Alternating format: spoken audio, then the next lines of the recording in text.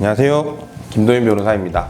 상속 상담을 하다 보면 아직까지도 부모님께서는 딸보다는 아들 쪽에 조금 더 치우쳐 있다 이런 생각이 들 때가 있습니다.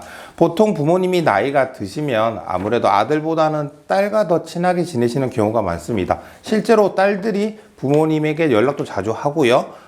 같이 모시기도 하고, 나중에 몸이 아프시면 병원이나 이런 부양도 하고, 치매에 걸리시면은 그 간병까지도 하는 경우가 많습니다. 하지만 나중에 부모님이 돌아가시고 나면 그 재산이 딸이 아니라 아들 쪽에 가 있는 경우가 많은데요. 이 경우 참 딸 입장에서는 억울할 겁니다. 본인이 분명히 부모님을 모시고 살았는데, 오히려 저 오빠라는 아니면 남동생이라는 아들은 부모님에 대해서 전혀 케어도 한 사실이 없는데 그 재산을 다 가져가거나 더 많이 가져가다니 참 억울한 일이죠.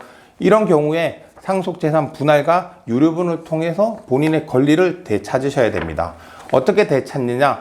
일단 부모님께서 사망하시게 되면 안심상속 원스톱 서비스를 통해서 상속재산을 확인하셔야 됩니다. 그래서 안심상속 원스톱 서비스를 통해서 부모님의 남은 재산이 확인이 되었다. 그러면은 상속인 간 상속재산 분할 협의를 하거나, 협의가 되지 않는다면 상속재산 분할 신청을 법원에 하셔서 이 상속재산을 나누어야 합니다. 이 경우에 상속인 중 먼저 재산을 받아가거나 유언을 통해 받아간 자가 있다면은 특별 수익으로 그 부분을 제하게 됩니다.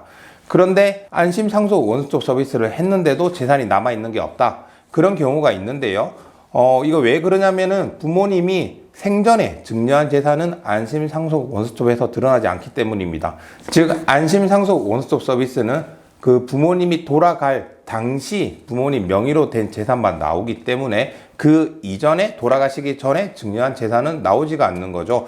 그래서 부동산의 경우에는 과거 부모님께서 납부하신 지방세 납세 증명서를 통해서 확인을 하시거나, 또는 소송을 통하여 법원 행정처에 조회를 해서 과거 부모님이 보유하신 부동산 내역과 이게 어떻게 증여가 됐는지 등을 확인을 하셔야 되고요. 예금이나 적금 같은 경우에는 부모님께서 살아 계실 때 개설한 금융기관에 가셔서 그 계좌가 개설된 때부터 돌아가실 때까지 거래 내역을 모두 받으셔가지고 그것을 하나하나 확인을 하셔야만 과거에 증여된 재산을 확인하실 수가 있습니다. 사실 이 부분이 상속 소송에서도 가장 중요한 부분인데요.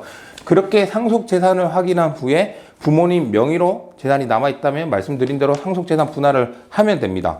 그렇게 안심상속 원스톱 서비스를 통해서 상속재산을 확인하신 후 상속재산이 남아있다면 말씀드린 대로 상속재산 분할을 하면 되고, 이미 받아간 재산은 저희 민법 제1008조에서 규정하고 있는 것처럼 특별 수익으로 공제되기 때문에 실질적 형평을 맞출 수가 있습니다.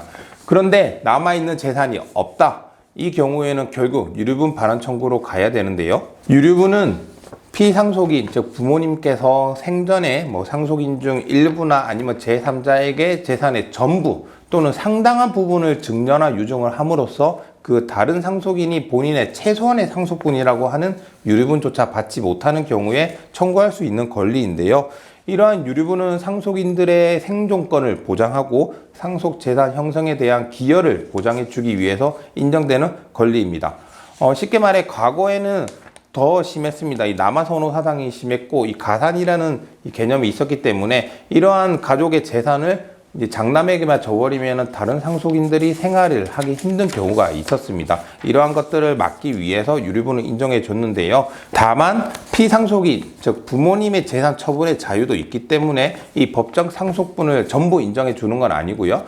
우리 민법에서 정하는 것과 같이 법정 상속분의 2분의 1 또는 3분의 1을 유류분으로 인정을 해주고 있습니다. 이러한 유류분에 대해서 비판적인 견해도 있습니다. 실제 현재 헌법재판소에 위헌 법률 심판이 제청되었거나 또 헌법소원 등이 제기가 되어 있는데요. 그 주된 논거는 유류분 제도가 도입된 당시 1979년 1월 1일에 시행이 됐는데요. 그 당시와 지금의 시대 상황이 많이 변했고 상속인들의 생활 보장이 과연 필요한 건지도 좀 의문이며, 무엇보다 피상속인이 본인의 재산을 마음대로 처분할 자유가 있다는 것이 그 논거입니다. 물론 고 구하라 씨 사태와 같이 부양 의무를 하지 않은 상속인 또는 효도를 하지 않은 상속인, 이런 경우에 이제 유류분을 인정해 주는 것이 부당하다는 견해도 일견 타당해 보입니다. 하지만 일률적으로 유류분을 없애게 되면 앞서 말씀드린 바와 같이 공동 상속인 중 일부가 모든 재산을 가져감으로써 남은 상속인이 전혀 재산을 받지 못하는 경우 부당한 결과가 발생할 수도 있습니다. 아마 이러한 점들이 종합적으로 고려돼서 헌법재판소 결정이 나오지 않을까 생각이 됩니다. 오늘은 유류분에 대해서 알아봤는데요. 이러한 유류분이 아무래도 제도적으로 좀 미비한 점은 있지만 또 이에 대해서 비판적 견해들이 있지만 제 개인적인 생각으로는 이 유류분이 아직까지 기능을 해야 된다, 필요성이 있다 말씀을 드릴 수 있을 것 같고요. 이러한 유류분과 관련해서 궁금한 점이 있으시다면 언제든지 저희 법률사무소 율쌤을 찾아주시면 감사하겠습니다.